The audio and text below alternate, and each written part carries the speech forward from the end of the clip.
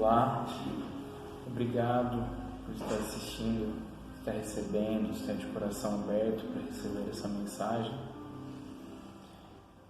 Gostaria que todos que estejam ouvindo, estejam cuidando do seu corpo, de sua mente, de seu espírito, nesse período de dificuldade, nesse período de incertezas, de dúvidas, e com o intuito de auxiliar a cada um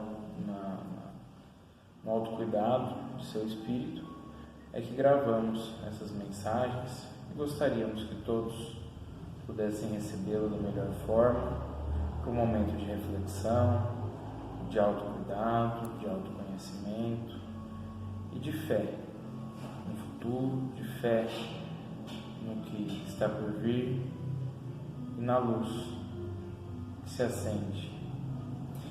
Então, para a leitura de hoje, da obra Se Teus Olhos Forem Bons, de Carlos Bacelli, psicografia e orientação espiritual de Irmão José, no capítulo 30, Lei de Compensação.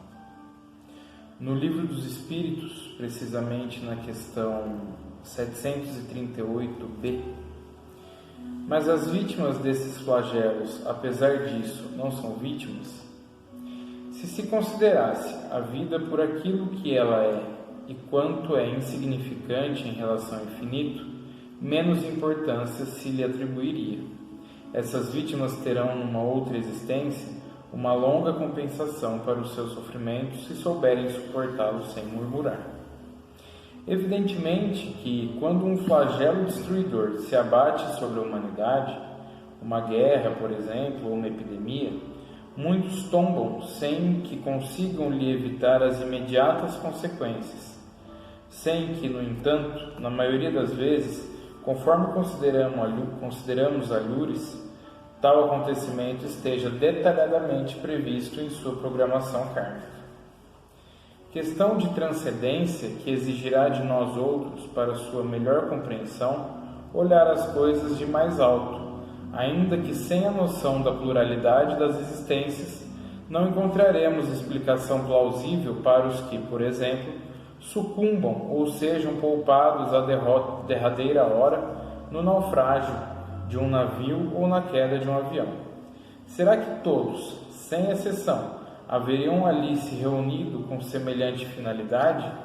Que mão invisível os terá tangido na vida para que se agrupassem na morte? A morte física, diante dos prodígios da imortalidade, não significa na trajetória do espírito mais que um tropeço. Desde que não a procure de maneira voluntária, atentando contra a vida, a desvinculação física em qualquer circunstância e em qualquer tempo lhe é somatório de experiência.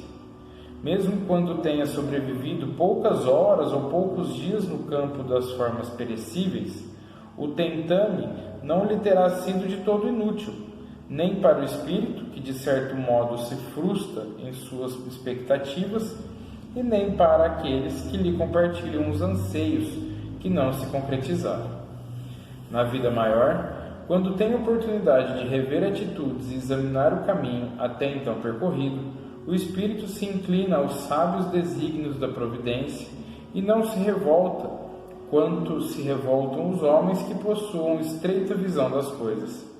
Respondendo à questão 741 de O Livro dos Espíritos, os mentores da codificação escreveram: entre os males que afligem a humanidade, há os que são de natureza geral e pertencem aos desígnios da providência. Destes, cada indivíduo recebe, em menor ou maior proporção, a parte que lhe cabe, não lhe sendo possível opor nada mais que a resignação à vontade de Deus. Mas ainda, estes males são geralmente agravados pela indolência do homem. As colocações acima nos levam a depreender que, a par do chamado karma individual, se submete ainda o homem ao karma coletivo da humanidade. É o tributo que todos devem pagar no corpo para que a humanidade como um todo se emancipe. Muitos dos cristãos que se pereceram nos circos de Roma, em testemunho da fé, foram arrastados pelas circunstâncias. Nem todos se imolaram por idealismo. Todavia, o sacrifício físico do qual involuntariamente participaram lhes trouxe inumeráveis compensações de ordem moral. As leis divinas não lesam ninguém em seus interesses e em tudo concorrem para a felicidade do homem. E em outra obra que eu achei interessante para a reflexão de hoje, Dentro de Mim, de José Carlos de Luca, no capítulo 6, Libertando-se das Histórias, assim descreve o autor: precisamos fazer uma distinção clara entre os fatos que ocorrem em nossas vidas e as histórias que nós criamos a partir desses acontecimentos. Alguém sofre um acidente e fica paralítico. Nesse exemplo, o acidente e a paralisia são os fatos objetivos e concretos, a respeito dos quais não se pode discutir. Trata-se de uma realidade inegável. A partir dos fatos, porém, poderemos criar histórias que necessariamente não serão uma consequência lógica e natural daquilo que nos sucedeu. Quando, no caso narrado, a pessoa diz que, por conta do acidente, sua vida acabou, isso não é um fato. É apenas uma interpretação negativa a respeito do ocorrido, que bem poderia receber um outro tipo de leitura sem fatalismo. Não quero dizer que o acidente e a paralisia sejam acontecimentos agradáveis e que a vítima deveria ficar feliz com o que lhe sucedeu. Não é isso. Estou dizendo apenas que, apesar da ocorrência inegavelmente desagradável, não é preciso necessariamente colocar mais drama na situação, a qual por si só já é difícil e, portanto, dispensa mais peso.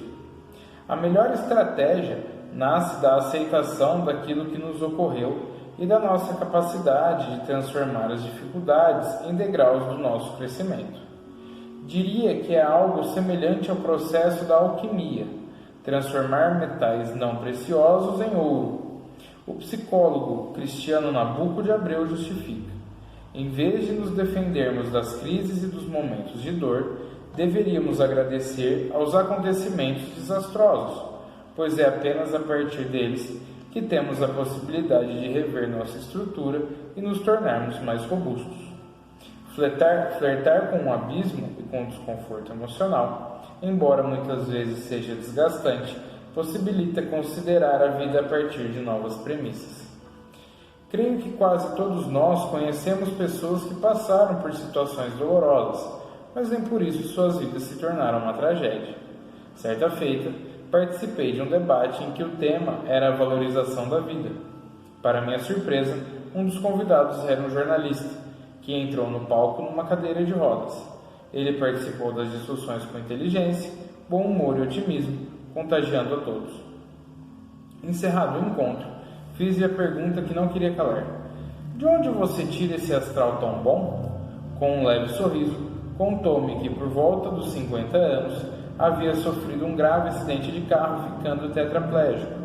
Depois do impacto, ao constatar que dali em diante passaria o restante de sua vida numa cadeira de rodas, percebeu que, se interpretasse o acidente como uma desgraça, ele se afundaria no mar depressivo e sem saída.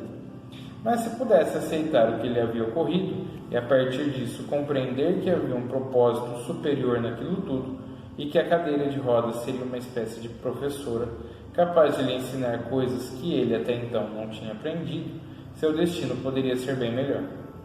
Foi o que aconteceu. Ele não aceitou a cadeira de rodas como um episódio final de sua vida e passou a refletir a respeito do propósito daquilo tudo. E se deu conta de que estava vivendo como um paralítico antes do acidente, enterrando seus talentos, acomodando-se, negando-se a qualquer esforço de progresso, sendo menos do que podia ser, sem sonhos, sem vontade, ousadia, como uma flor que, plantada em boa terra, se recusava a crescer. E o propósito de Deus era que a flor desabrochasse. Aquela flor murcha, ao saber da tempestade, foi estudar jornalismo e se tornou um influente líder comunitário na defesa dos direitos dos cidadãos portadores da deficiência física. Ontem ele era um pigmeu com pernas saudáveis. Hoje é um gigante numa cadeira de rodas. E isso só porque se recusou a criar uma história triste para si. Então, diante dessas reflexões, problemas, dificuldades, todos nós enfrentamos. Uns mais, outros menos. Uns de forma mais intensa, outros nem tanto. Mas tornar isso apenas um fardo, certamente deixará as coisas mais difíceis.